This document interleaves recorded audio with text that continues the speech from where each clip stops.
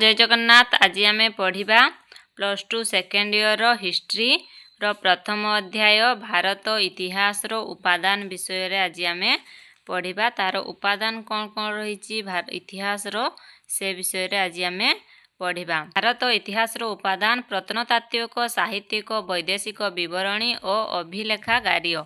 तो ये विषय आज आम पढ़ा। तो इतिहास अतीतर सत्य घटना उपरे पर्यवेसित। इतिहास कौन ना आम अतीत जो घटना घटी जाइए अतीत घटी जाइथिबा सत्य घटना उपरे पर्यवेसित। एहार रचना और अध्ययन पाई मौलिक उपादान बा मूल उत्सर भूमिका अत्यंत गुरुत्वपूर्ण होता है। उपादान बिना इतिहास लिखन असंभव। उपादान जदि नथिबो ताले इतिहास मध्य लेखा जाई पारिबो नाही। उपादान ही सत्य घटना रे अनावरण करिथाय। ग्रीस और रोम भली प्राचीन भारत रे विधिवत भाव रे इतिहास लेखा जाई नथिला। ग्रीस आउ रोम रे इतिहास रो लेखा जाई किछि भी नथिला। हेरोडेटस ग्रीस रे इतिहास रचनार भित्ति प्रस्तर स्थापन करथिले। से इतिहास रो जनक नाम रे परिचित। ताले हेरोडोटस बोली जणे ग्रीस रो लोक अछंती जाको आमे इतिहास रो जनक बोली से परिचित अछंती। ताले किए इतिहास रो जनक हेरोडेटस से होचंती इतिहास रो जनक। तांको परे थुसिडाइडिस इतिहास रचनार धाराकू तथ्यनिष्ठ करी तोड़िथिले। रोम प्राचीन इतिहास रचना रे लिभि और टासिटस प्रमुख स्थान अधिकार करिसंती। मात्र प्राचीन भारत रे सेभली कौनसी ऐतिहासिक दृष्टिगोचर हुअंती नाही। कारण प्राचीन भारत रे इतिहास रचना को सेभली गुरुत्व दिया जाय नथिला। हमर ग्रीस रे माने आगरु चलीथिला इतिहास विषय रे अधिक, किंतु आम भारत रे इतिहास को बहुत माने दृष्टिगोचर दिया जाय नथिला। कारण प्राचीन भारत रे इतिहास रचना को सेमती गुरुत्व दिया जाय नथिला। पद्यधार रे इतिहास घटनावली गुड़ी को लेखा जाइथिला। इतिहास घटना सब पद्य आकार रे जेमती साहित्य रे पद्य अछि सेहीपरि पद्य आकार रे इतिहास धारा को माने लेखा जाइथिला। जेते घटना इतिहास घटना थिला ताकू सब पद्य धारा रे लेखा जाइथिला। तेबे भारत इतिहास रचना करिया पई आवश्यक केतेक निर्भरयोग्य उपादान उपलब्ध हुए। एही उपादान गुड़िक विभिन्न प्रकारर और विभिन्न स्थानरू मिली थाए। जेपरिक प्राचीन युग मध्य युग आधुनिक युगर इतिहास अध्ययन पाई एही उपादान गुड़िक आवश्यकता रही। एही उपादान गुड़िक मुख्यतः तीन भाग में विभक्त करा जाई पारे। सेगुड़िक हला प्रत्नतात्विक उपादान, साहित्यिक उपादान और अभिलेखागार्य उपादान। ताले इतिहास उपादान होउची तीन प्रकार। इतिहास उपादान केते प्रकार ना इतिहास उपादान होउची तीन प्रकार, जो गुड़िक हला प्रत्नतात्विक उपादान, साहित्यिक उपादान आउ अभिलेखागार्य उपादान। हेले आमे जानिले इतिहास हला तीन प्रकार, प्रत्नतात्विक उपादान, साहित्यिक उपादान और अभिलेखागार्य उपादान। सन्तु एबे पढ़िबा आमे प्रत्नतात्विक उपादान विषय रे। प्रत्नतात्विक उपादान कौन? आक्षरिक अर्थ रे एहा पूरा तात्विक अवशेष रे अध्ययन को बुझाई थाए, जहाँ माटी उपरे और माटी तले दृष्टिगोचर होइथाए। जो जिनस हमर माटी उपरे बा माटी तले थाए ताकू प्रत्नतात्विक उपादान कहा जाए। सर्वेक्षण और खनन प्रक्रिया द्वारा एहा लोकलोचन को आसी थाए। माने खड़ीबा द्वारा खनन द्वारा ताहा लोकलोचन को आसी थाए। एगुड़िकर उपयुक्त विश्लेषण द्वारा आवश्यक तथ्य ऐतिहासिक को मिली थाए। एहाकू प्रत्नतात्विक उपादान कहा जाए। 1784 मसीह बंगरे एशियाटिक सोसाइटी प्रतिष्ठा हेबा फल रे प्रत्नतात्विक क्षेत्र में अनेक गवेषणा करा जाइथिला। ताले 1784 मसीह बंगरे एशियाटिक सोसाइटी प्रतिष्ठा होइथिला आउ सेठारे प्रत्नतात्विक गवेषणा करा जाइथिला। प्रत्नतात्विक उपादान गुड़िक विभिन्न भाग में विभक्त करा जाइछि, यथा अभिलेख, मुद्रा, कीर्तिस्तंभ, कला और स्थापत्य, प्रत्नतात्विक खनन। ताले प्रत्नतात्विक उपादान को मध्य 5 भाग में विभक्त करा जाइछि, जो गुड़िक हला अभिलेख, मुद्रा, कीर्तिस्तंभ, कला और स्थापत्य, प्रत्नतात्विक खनन। ताले अभिलेख कौन? अभिलेख कहले प्रस्तर, स्तंभ, मंदिर कांथ, गुंफा बा ताम्र फलकरे विभिन्न प्राचीन लिपि रे लेखा जाइथिबा विषय को बुझा जाय थाए। ताले अभिलेख कौन बुझिबा ना हमर प्रस्तर, स्तंभ, मंदिर कांथ, गुंफा, ताम्र रे जो प्राचीन लिपि लेखा जाइछि ताकू आमे अभिलेख बोली कहिताउ। एहार अध्ययन को पूरा लेख तत्व कहा जाय थाए। अभिलेखर अतीत रे घटना मान प्रतिफलित होइथाए।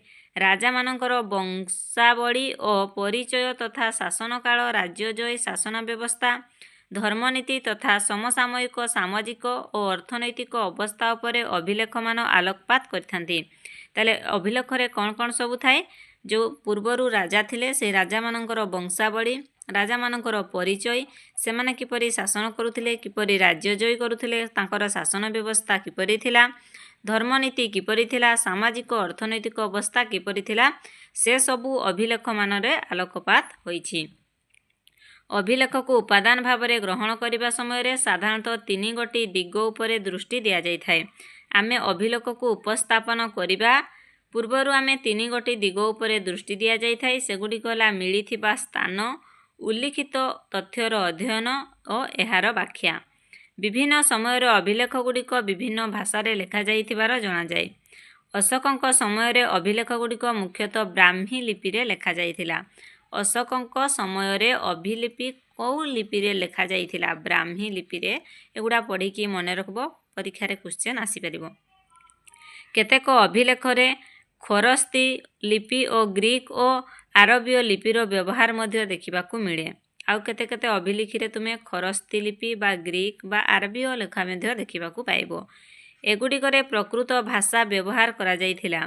ଦ୍ୱିତୀୟ ଶତାବ୍ଦୀ ଠାରୁ ଅଭିଲେଖଗୁଡ଼ିକରେ ସଂସ୍କୃତ ଭାଷାର ବ୍ୟବହାର ଦେଖିବାକୁ ମିଳେ। ହରପ୍ପା ସଭ୍ୟତାରୁ ମିଳିଥିବା ମୋହରମାନଙ୍କରେ କିଛି ଲେଖା ଦୃଷ୍ଟିଗୋଚର ହୁଏ ଯାହା ଏପର୍ଯ୍ୟନ୍ତ ସଠିକ୍ ରୂପେ ପାଠ କରାଯାଇପାରି ନାହିଁ। ପ୍ରାଚୀନ ଭାରତର ଇତିହାସ ଅଧ୍ୟୟନ ପାଇଁ ଅଭିଲେଖ ବର୍ଣ୍ଣିତ ତଥ୍ୟ ଗୁରୁତ୍ୱପୂର୍ଣ୍ଣ। ଅଭିଲେଖରେ ରାଜାମାନଙ୍କର ଗୁଣଗାନ କରାଯାଇଛି। ରାଜାଙ୍କର ବଂଶ ପରିଚୟ, ଶାସନ ଓ ରାଜ୍ୟଜୟ ବିଷୟରେ ମଧ୍ୟ ସୂଚନା ଦିଆଯାଇଛି। ତାହେଲେ ଭୁବନେଶ୍ୱର ନିକଟସ୍ଥ ଧଉଳି ଓ ଗଞ୍ଜାମ ଜିଲ୍ଲାର ଜଉଗଡ଼ ଅଭିଲେଖ ଅଶୋକଙ୍କ ଶାସନ ନୀତି ବିଶେଷରେ ସୂଚନା ଦେଇଥାଏ। ତ ଆମେ କେମିତି ଜାଣିବା? ଆମର ଯେଉଁ ଭୁବନେଶ୍ୱରରେ ଅଛି ଧଉଳି ଆଉ ଗଞ୍ଜାମ ଜିଲ୍ଲାରେ ଯେଉଁ ଜଉଗଡ଼ ଅଛି ସେଠି ଅଶୋକଙ୍କ ଶାସନ ନୀତି ବିଷୟରେ ସୂଚନା ଦେଇଥାଏ। ତାହେଲେ ଭୂମିଦାନ ଅଭିଲେଖର ଭୂମିର ପରିମାଣ, ରାଜାଙ୍କର ନାମ, ସମୟ ରହିଥାଏ। ଏଥିରେ ଅର୍ଥନୈତିକ ବ୍ୟବସ୍ଥା ପ୍ରତିଫଳିତ ହୋଇଥାଏ। ଓଡ଼ିଶାରେ ଏହି ପ୍ରକାର ଅଭିଲେଖ ବହୁଳ ଭାବରେ ଦେଖିବାକୁ ମିଳେ। ଆମ ଓଡ଼ିଶାରେ ବହୁତ ଭାବରେ ଅଭିଲେଖ ଦେଖିବାକୁ ମିଳିଥାଏ।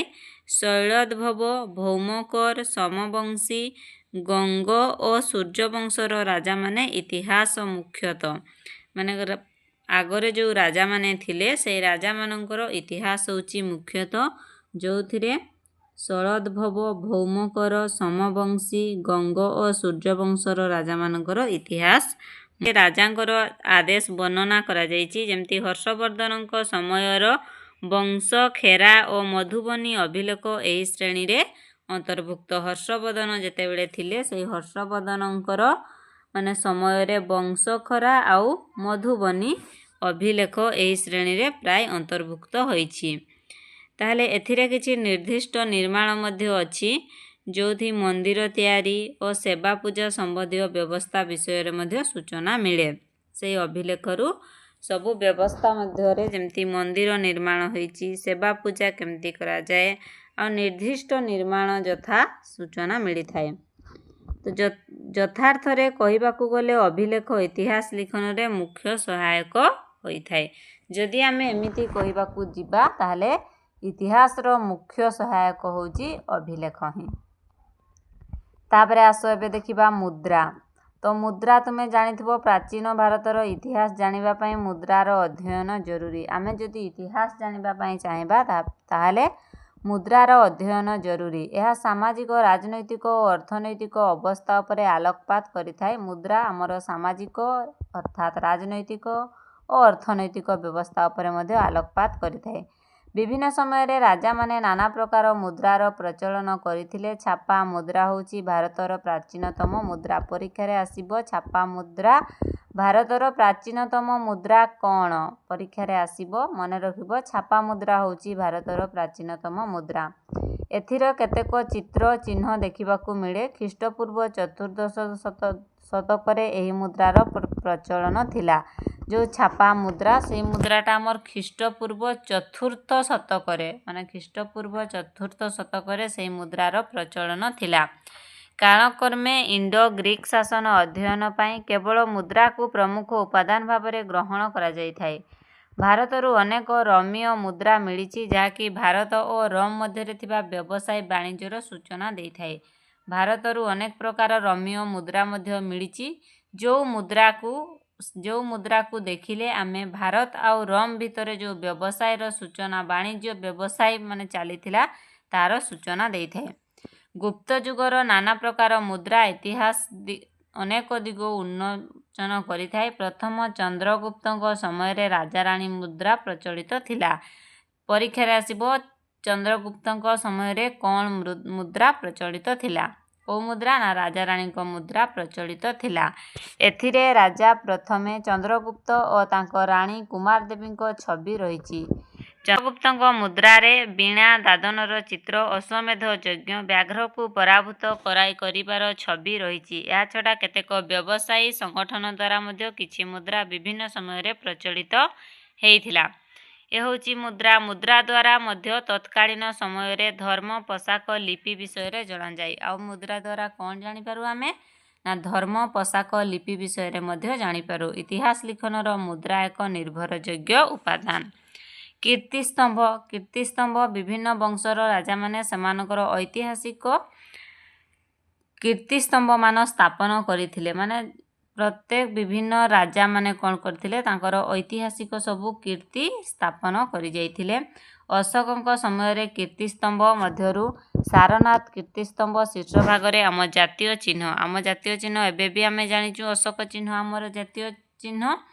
ତ ସେଟା ଅଶୋକଙ୍କ ସମୟରେ ହୋଇଥିଲା। ମଧ୍ୟଯୁଗୀୟ କୀର୍ତ୍ତିସ୍ତମ୍ଭ ଗୁଡ଼ିକ ମଧ୍ୟରୁ ଚିତ୍ତୋରର କୀର୍ତ୍ତିସ୍ତମ୍ଭ, ଦିଲ୍ଲୀର କୁତୁବ ମିନାର, ଦେବଗିରିର ଚାନ୍ଦ ମିନାର ପ୍ରଭୃତି ଉଲ୍ଲେଖ୍ୟ। ଏବେ ବି ଆମେ ପଢୁଛେ ଦିଲ୍ଲୀର କୁତୁବ ମିନାର ଏବେ ବି ଅଛି, ଆମେ ଦେଖିବା ପାଇଁ ଯାଉଛେ।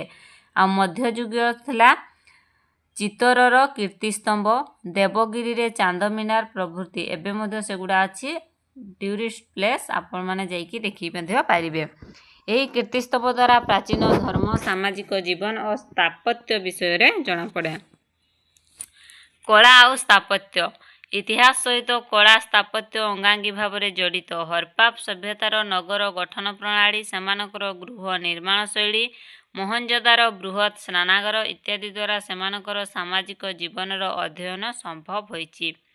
ସେହିପରି ସ୍ତୂପ ବିହାର ଓ ଚୈତ୍ୟଗୃହ ବୌଦ୍ଧ ଧର୍ମର ବିକାଶରେ ସୂଚନା ଦିଏ। କଳା ଓ ସ୍ଥାପତ୍ୟ ଦ୍ୱାରା ଏସବୁରୁ ଆମେ ସୂଚନା ପାଇପାରୁଛେ। ଏଗୁଡ଼ିକ ମଧ୍ୟ ବୌଦ୍ଧ ସ୍ଥାପତ୍ୟର ନିଦର୍ଶନ। ମଧ୍ୟପ୍ରଦେଶରେ ସାଞ୍ଚିଠାରେ ଥିବା ସ୍ତୂପ ଏକ ପ୍ରଧାନ କୀର୍ତ୍ତିସ୍ତମ୍ଭ। ମଧ୍ୟପ୍ରଦେଶରେ କେଉଁଠି କୀର୍ତ୍ତିସ୍ତମ୍ଭ ଅଛି? ମଧ୍ୟପ୍ରଦେଶର ପ୍ରଧାନ କୀର୍ତ୍ତିସ୍ତମ୍ଭ କ'ଣ? ସାଞ୍ଚିଠାରେ ଅଛି। ସେହିପରି ପ୍ରାଚୀନ ଭାରତରେ ଅନେକ ସ୍ଥାନରେ ମନ୍ଦିରମାନ ଗଢ଼ି ଉଠିଥିଲା। ଏମାନଙ୍କ ମଧ୍ୟରୁ ଆମର ବହୁତ ମନ୍ଦିର ଗଢ଼ି ଉଠିଥିଲା। ତାଙ୍କ ମଧ୍ୟରୁ ହେଉଛି ତିଗୱାର ବିଷ୍ଣୁ ମନ୍ଦିର, ଦେଓଗଡ଼ରେ ଦଶାବତାର ମନ୍ଦିର, ନାଚନା କୁଥାରରେ ଶିବ ମନ୍ଦିର ଅନ୍ତର୍ଭୁକ୍ତ। ସେମିତି ଜାଭା, କମ୍ବୋଡ଼ିଆରେ ପ୍ରକାଣ୍ଡ ମନ୍ଦିରର ଭାରତର ସଂସ୍କୃତି ଉପରେ ମଧ୍ୟ ଆଲୋକପାତ କରିଥାଏ। ଏ ହେଉଛି କଳା ସଂସ୍କୃତି। ବହୁତ ସାରା ମନ୍ଦିର ଆମ ଓଡ଼ିଶାରେ ମଧ୍ୟ ଅଛି। ଆମର ଜଗନ୍ନାଥ ମନ୍ଦିର, ବହୁତ ଦେବାଦେବୀଙ୍କ ମନ୍ଦିର କାନ୍ଥରେ ଯେଉଁ ସବୁ ମୂର୍ତ୍ତି ଅଛି ସେମାନଙ୍କର ପରିଧାନ, ପାରିପଟା ବହୁତ ନିଖୁଣ।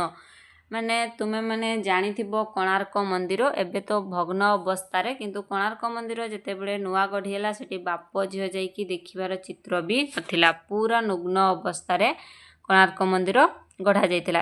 ଏସବୁ ହେଉଛି ଆମର କୀର୍ତ୍ତି ଆଉ କଳା।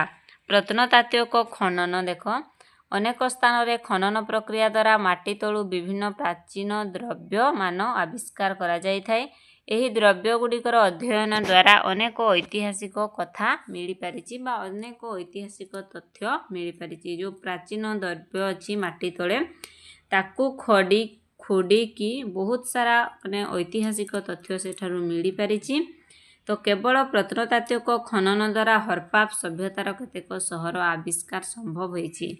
ଭୁବନେଶ୍ୱର ନିକଟସ୍ଥ ଶିଶୁପାଳଗଡ଼ରେ ପ୍ରତ୍ନତାତ୍ତ୍ୱିକ ଖନନର ପ୍ରାଚୀନ ଓଡ଼ିଶାର ଅନେକ ଐତିହାସିକ ତଥ୍ୟ ପ୍ରଦାନ କରାଯାଇଥାଏ। ଖନନ ଦ୍ୱାରା ସହରର ଧ୍ୱଂସାବଶେଷ, ମୃତ୍ପାତ୍ର, ମୁଦ୍ରା, ଅଳଙ୍କାର, ମୋହର, ନାନା ପ୍ରକାର ମୂର୍ତ୍ତି ମିଳିଥାଏ। ମାଟି ତଳେ ବହୁତ ସାରା ମୂର୍ତ୍ତି, ଅଳଙ୍କାର, ମୋହର, ମୁଦ୍ରା ବହୁତ ସାରା ମିଳିଥାଏ। ତାକୁ ଯଦି ଆମେ ଖୋଳିବା बहुत सारा सहर मध्य ध्वंस हो जाइए सेगुड़ा सब प्रत्नतात्विक खनन द्वारा मिली थाए। एगुड़िक इतिहास नाना दिग उपरे आलोकपात करा जाय थाए। भिडियो रे एतिकिरे शेष करुच्ची। पुणी नेक्स्ट भिडियो रे आमे पढ़िबा साहित्यिक उपादान। तो जदि मो भिडियोटी आपण मानकु भल लागि थाए, मो भिडियो रे आपण माने किछि सिखिबा पई पाउजंती, डाउट जदि किछि रहउची आपण माने कमेंट माध्यम रे जणैबे, मु आपण मानको डाउट मध्य क्लियर करिबी। तो जदि चैनल रे आपण नुआ आछंती चैनल को सब्सक्राइब करि दियंतु और पाखरे थिबा नोटिफिकेशन बेल को क्लिक करि दियंतु, जहा फल रे मु एमती टीचिंग वीडियो जते भी पकेबी आपनक पाखरे पहुँची पारिबो सर्वप्रथमे। किछि जदि आपनकर डाउट रहउची, आपण जदि कोनसिटी बुझी पारु नांती, मु तो एबे नुआ नुआ वीडियो स्टार्ट करिछि, ताहले मते कमेंट करिकि निश्चिंत जणैबे। मु मोर भूल को सुधारिबा पई चेष्टा करिबी और आपण माननकु बहुत सहज सरल रे मु ज्ञान देई पारिबी।